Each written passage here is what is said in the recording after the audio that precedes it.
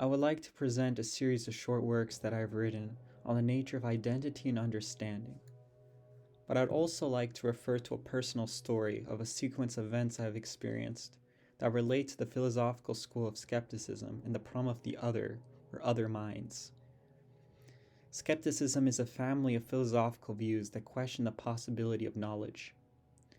I would like to further add that philosophical skepticism exists whether one deliberately chooses to deny the conventions of the world around them, which is the general convention or understanding of it, or tries to search for meaning through an outsider's perspective.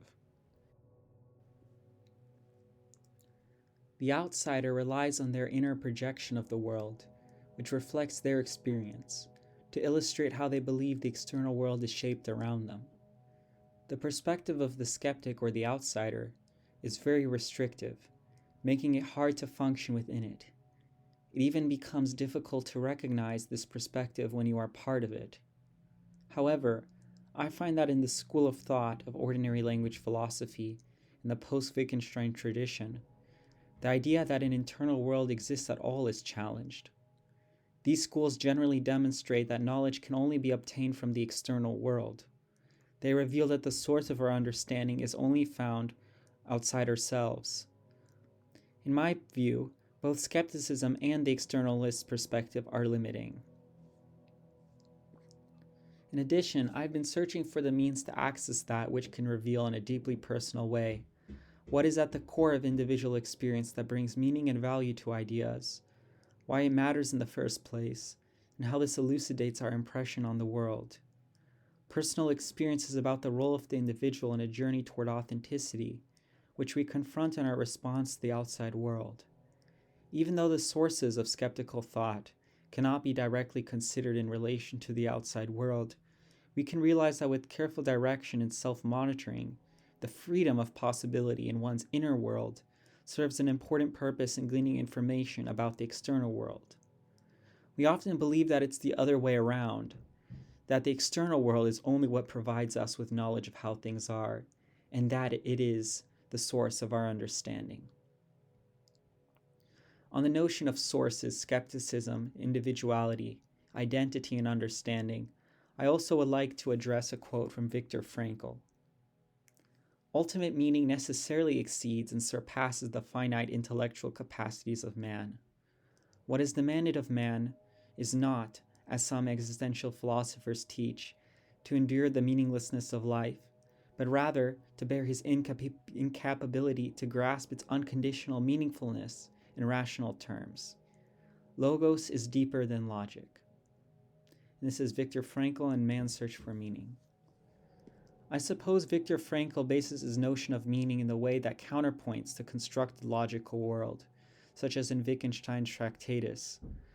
I gather that we cannot find ourselves in the construction of logic, where the subjectivity of language maps onto an understanding of self, of logos, of the framing of experience that we call our reality.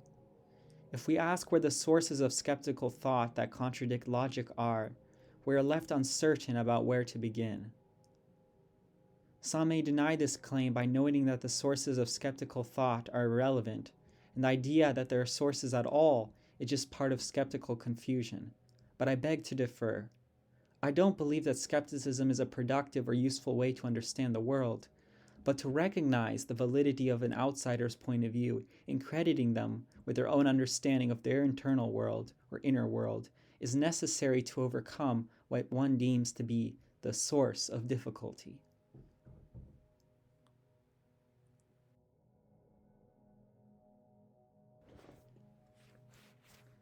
Part 1. Solipsism and the Perception of Skepticism.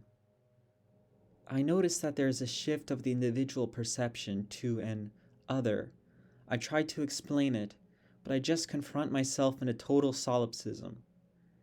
Even when I have only indirect knowledge of the world, I feel like the world is responding to my understanding.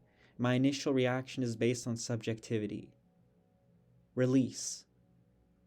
I have a dream of something I want to believe, something that can release me from what I already know, something that can allow me to be free from the present moment. I develop an understanding, observing the world as it comes to me, Yet from my dream, the outside world, when I return to it, there is still more that I can see. I watch as the flashing white lights at the top of the radio towers at Uhlenhop Arboretum start to mirror each other. The time between each flashing of light on each tower becomes closer and closer, until the lights blink in harmony for a few moments, but then they start to grow apart again. Presence. I thought I knew all along. I just could not see the connections or the source, the outline of a world. That is all that appears to me now.